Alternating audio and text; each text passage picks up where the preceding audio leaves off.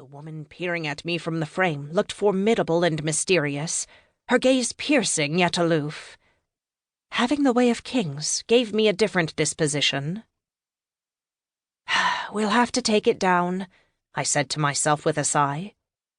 Someone heard me and responded, "A nice portrait, to be sure, but they'll wonder why she's there."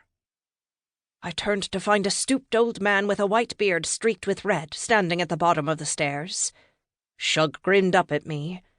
The old druid was my mentor, having left Miss Bain to serve the next woman with the Way of Seers. I might have been the Morrigan, but I had an inkling Shug knew far more than I did, and would for a long time. I grinned back at him. "We'll put her in another room. I don't want her becoming prey to dust and moths in the attic." Shug frowned. "We have an attic?" I shrugged and stepped down the last few stairs. "I don't know what the hell we have here. You know better than I do." Shug's eyes twinkled, and he wagged a finger at me. I know, but I won't tell." I shook my head and laughed, trying to shake off the uneasy feeling that often settled on me after the druid made such vague statements. During his finger-wagging, his sleeve slipped up his arm, revealing one of the many whorl-shaped blue tattoos that sometimes glowed on his skin. Shug moved to the side. At first, I thought he was giving me more room. Then I realized the wolf had followed me down and was on my heels. I scratched his ears. "He's ready for breakfast," I told Shug, but the druid had disappeared while my back was turned.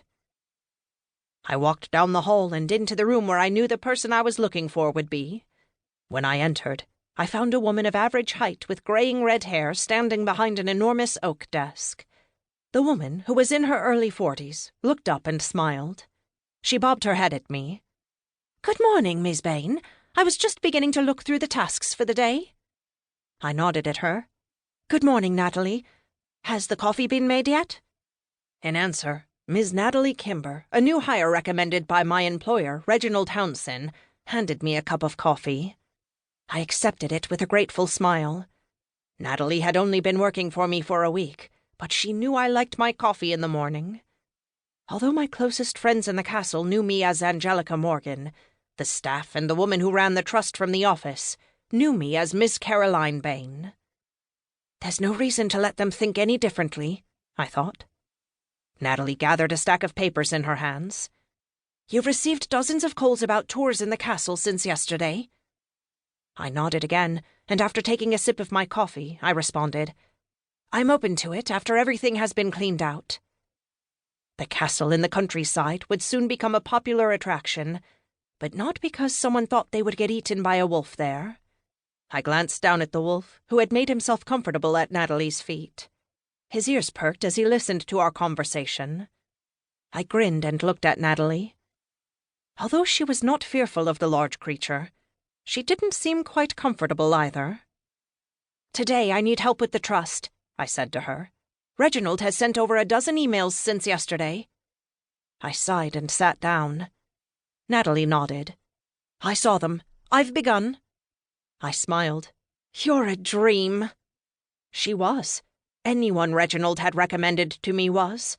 Teg had been the first, but unlike Teg, Natalie didn't know I had goddess powers. Since moving into Rooksmont, I had begun bringing my work home, making the majority of it remote. Having Natalie as an assistant relieved the pressure on me. She could manage everything at the office while I worked here, I had decided, leaving me to focus more on Morgan's murder. This made me think of something else. "Have you seen Douglas yet today?" Natalie shook her head. "If he's up, he's probably in your study." I grinned and nodded. She was right. Douglas had been eager to go through my newly inherited library since first laying eyes on it. I set my empty coffee cup down. "Thank you. We'll talk in a bit. I have a special guest coming today." Natalie nodded. "I'll go to the office in an hour. When will you need me here again?" "Not for a while. You can run the office from here on out while I stay here." I left the room, and this time the wolf did not follow me. I made my way to the study, where sure enough, former best-selling author Douglas Velez was rifling through stacks of books he had taken down from shelves. I wove through the piles. "Good morning, Velez. I see you've made yourself quite at home."